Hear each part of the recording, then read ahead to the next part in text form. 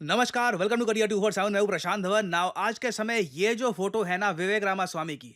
विवेक रामास्वामी आपको पता होगा, अमेरिकन पॉलिटिशियन है और यूएसए की स्टेट ओहायो में आज के समय ये चुनाव लड़ रहे हैं गवर्नर के लिए। तो उसी बीच जब ये अपना कैंपेन कर रहे थे, इनका ये इंटरव्यू सामने आया और इस इंटरव्यू में ना ये जो पर्टिकुलर फोटो है ये इतनी वायरल हो गई, अमेरिकन्स ने इस पर इतनी कमेंट करी कि देखिए ये तो थर्ड वर्ल्ड कल्चर है, ये तो एंटी अमेरिकन है। विवेक रामास्वामी को यूएस कभी एक्सेप्ट करेगा नहीं। इधर आप देख पाओगे, आई मीन एक फ्लड, एक बाढ़ आ गई है इस टॉपिक पर आर्टिकल्स की। इंडियन मीडिया इसको एक्सटेंसिवली इसलिए कवर कर रहा है क्योंकि अमेरिकन सोशल मीडिया में ना बहुत सारे लोग रेसिज्म कर रहे हैं इंडियंस के अगेंस्ट। और अब तो ऑलमोस्ट आप मान लीजिए उनको बहाना चाहिए, कोई उनको इमेज दिख गई, कोई उनको चीज दिख गई तो सीधा उसको मार्क कर देंगे कि ये तो देखिए एंटी अमेरिकन है, थर्ड वर्ल्ड कल्चर है, अनसिविलाइज्ड है ये। और फिर इंडियंस के अगेंस्ट कमेंट स्टार्ट हो जाएंगी। तो इस वीडियो में हम बात करेंगे कि रिसेंटली हुआ क्या है, ये फोटो इन पर्टिकुलर इतनी ज्यादा वायरल क्यों हो गई है, ना सिर्फ यूएस में, इवन इंडिया में। मगर सबसे पहले तो ना जो मेन इशू है ये मैं आपके साथ शेयर करना चाहता हूं। मुझे कई लोग कहते हैं कमेंट सेक्शन में कि इस इशू के बारे में कुछ बोलिए। देखो, इंडियंस के अगेंस्ट रेसिज्म वेस्टर्न कंट्रीज में लगातार बढ़ता जा रहा है, चाहे यूएस हो, कनाडा हो, इवन न्यूजीलैंड में मैंने सुना है कई केसेस सामने आए हैं। इस टाइप के एग्जांपल्स यहाँ पे आप देख पाओगे।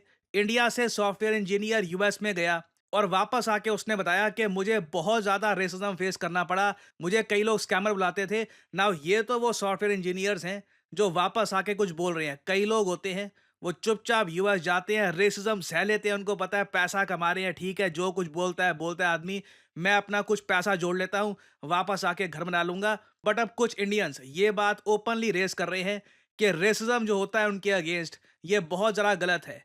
एक और एग्जांपल देखिए न्यूजीलैंड का। अगेन ये मैं बस आपको कुछ आर्टिकल्स दिखा रहा हूँ।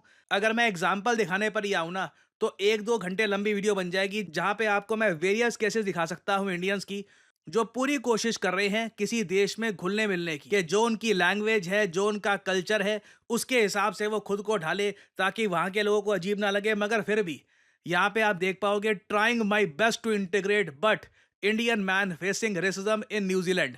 इस पे आपको रेडिट पर और जगह दर्जनों पोस्ट मिल जाएंगी। लिटरली रेडिट पे आज के समय सब रेडिट्स बने हुए हैं जहां पर इंडियंस शेयर करते हैं अपने एक्सपीरियंसेस कि कहां कहां उनको किस प्रकार का रेसिज्म फेस करना पड़ रहा है।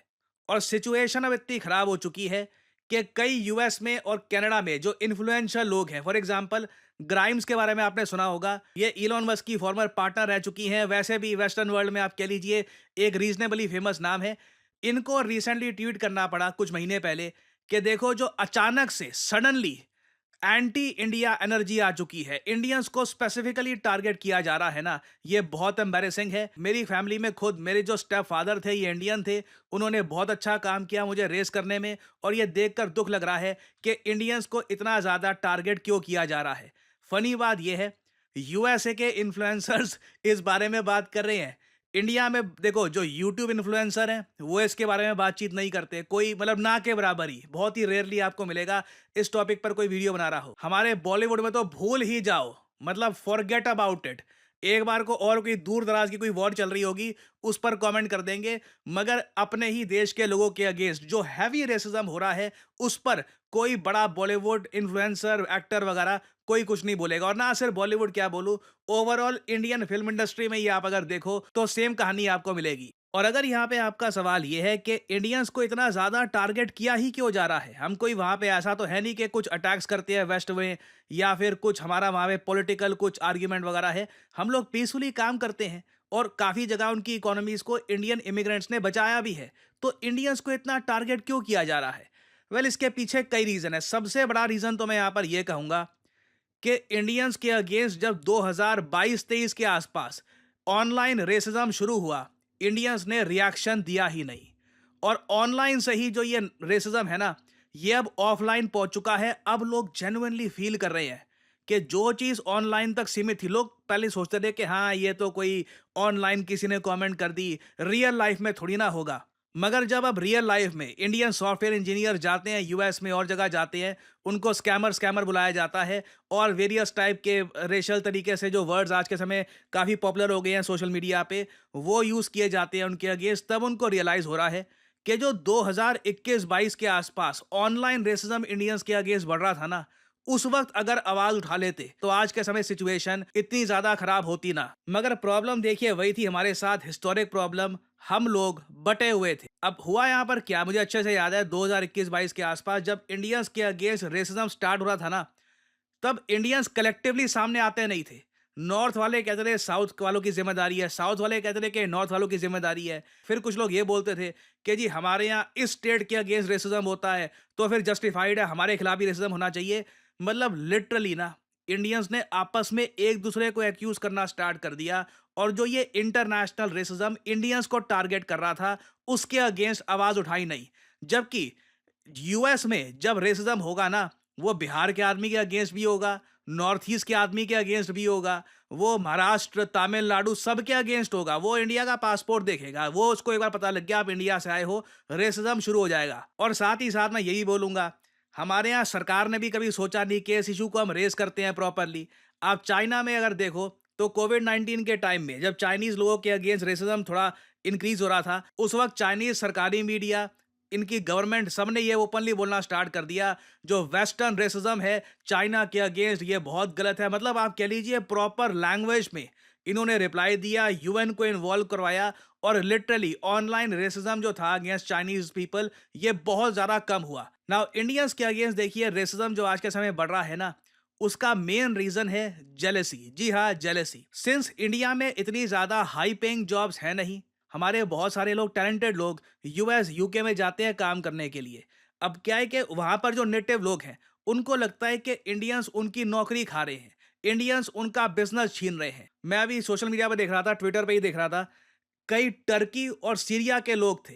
वो अमेरिकन्स को ये बता रहे थे कि किस तरीके से म्यांमार में एक बार को इंडियंस इतने ज़रा फैल गए थे, वहाँ के बिजनेसेस को इंडियंस कंट्रोल कर रहे थे। फिर म्यांमार की सरकार ने इंडियंस की सिटीजनशिप कैंसिल करके इंडियंस को वापस भेजा। उसमें वो काफ़ी सारी झूठी बातें भी बताते हैं ऑब्वियसली, बट ऐसे एग्जाम्पल्स। फिर इदी अमीन का एग्जाम्पल, बेसिकली टर्की, सीरिया के लोग ना सोशल मीडिया पे अमेरिकन्स को आइडिया दे रहे होते हैं कि बिल्कुल इंडियंस काफ़ी इन्फ्लुएंशियल हो रहे हैं, तुम्हारे यहाँ हाईएस्ट अर्निंग एथनिक ग्रुप है, इंडियंस तुम्हारी पॉलिटिक्स में पहुंच चुके हैं काफ़ी जगह, तुम्हारा एफबीआई का डायरेक्टर इंडियन है, तुम्हारी जो वेरियस कंपनीज हैं, माइक्रोसॉफ्ट, गूगल, उनके सीईओ इंडियंस हैं, जबकि इनकी परसेंटेज टोटल यूएस पॉपुलेशन के हिसाब से 2% से भी कम है। मगर तब भी मेहनती लोग हैं, इन्फ्लुएंशियल लोग हैं, ये अपनी जगह बना लेते हैं। और ये सब चीज़ देख कर ना कई अमेरिकन जेलस भी फील करते हैं, क्योंकि उनको ये पता है कि आज के समय Indians dominate foreign intellectual workforce. आप अगर वेस्टर्न कंट्रीज में, प्राइमरली यूएस में देखोगे, जो इनकी फॉरेन इंटेलेक्चुअल वर्कफोर्स है, उसमें आपको ऑलमोस्ट 30% मिलेंगे इंडियंस। सेकंड नंबर पे आते हैं चाइना के लोग, फिर मैक्सिकन्स और फिर वियतनामीज पीपल।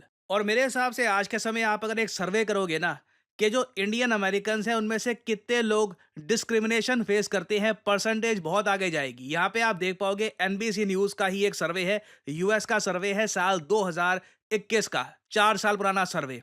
उसमें बताया गया था 50% इंडियन अमेरिकन कहते हैं कि हमारे साथ भेदभाव किया जाता है। अब आज के समय ये परसेंटेज कोई बड़ी बात नहीं है, 75-80% के आसपास भी हो गई है। It can very much be true. और जो रिसेंट विवेक रामास्वामी वाला केस है, उससे साफ साफ दिख जाता है कि आज के समय देखिए नफरत इन लोगों को ना सिर्फ इंडियन से है, इंडियन अमेरिकन से भी है। Basically Indian culture, Indian ethnicity से जुड़ा हुआ कहीं कोई इनको आदमी दिख जाए जो प्रोग्रेस कर रहा है, तरक्की कर रहा है, अमेरिकन सीधा ऑनलाइन उसको घेरने की कोशिश करना स्टार्ट कर देते हैं। अब फॉर एग्जाम्पल यहाँ पे मैं बोलूंगा, इधर आप देख पाओगे x.com ट्विटर पे, यहाँ पे आप देख पाओगे ऐसी पोस्ट कॉमन है कि विवेक रामास्वामी जब किसी को डिनर पे बुलाता है तो ये दृश्य होता है। मतलब कहीं पे बांग्लादेश की कोई वीडियो उठा ली और वहां पे विवेक रामास्वामी का नाम डाल दिया। सिमिलरली इस टाइप की जो पोस्ट है, यहाँ पर ये सब बातें लिखना, ठीक है, इस टाइप के कार्टून बनाना।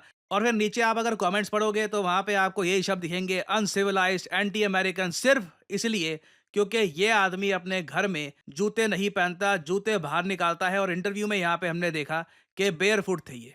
इसी बात को लेकर ना पिछले कई दिनों से ओहाइयो में, हो सकता है जो गवर्नर बने अगले विवेक रामास्वामी, ये बहुत ज्यादा रेसिज्म फेस कर रहे हैं। और मुझे यहाँ पर ये बोलना पड़ेगा, विडंबना ये है, डोनाल्ड ट्रंप खुद बिल्कुल रेसिस्ट है नहीं।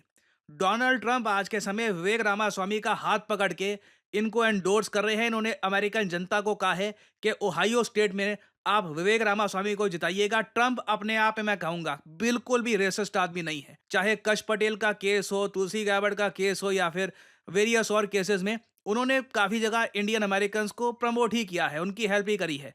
बट उनके जो सपोर्टर्स हैं बहुत सारे, दे आर क्वाइट वियर्ड। उनको काफी मतलब आप कह लीजिए प्रॉब्लम्स हैं इंडियंस को लेकर, और ये एक ऐसा इशू है जिसको एड्रेस करने की आवश्यकता है। सोशल मीडिया पर जेन्युइनली इंडियंस के अगेंस्ट रेसिज्म बहुत ज़्यादा पीक कर चुका है, और सिचुएशन देखिए इतनी खराब है कि इलॉन मस्क के अंडर जो डोज आज के समय काम कर रहा है, जो काफ़ी न्यूज़ में रहता है, वहाँ पर भी उसके एक मेंबर ने रिसेंटली ये बोला था कि इंडियंस के अगेंस्ट नफरत को फैलाओ। बाद में उसको रिजाइन करना पड़ा, मगर कई अमेरिकन अड़ गए कि इस आदमी को वापस लेकर आओ, और इवेंचुअली ये आदमी वापस बिठाया गया। और अब फिर से आप मान लीजिए जो इसकी पुरानी विचारधारा थी उसी के हिसाब से काम करेगा, तो ये काफ़ी अनफॉर्चुनेट है।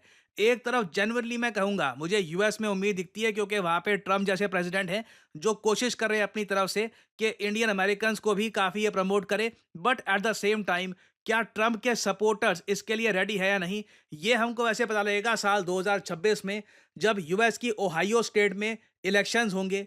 और अगर वहां पे विवेक रामास्वामी जेन्युइनली जीत पाते हैं ना, that will be a very historic moment for Indian American. खैर, उससे रिलेटेड इन द फ्यूचर मैं आपके लिए वीडियोस लाता रहूंगा।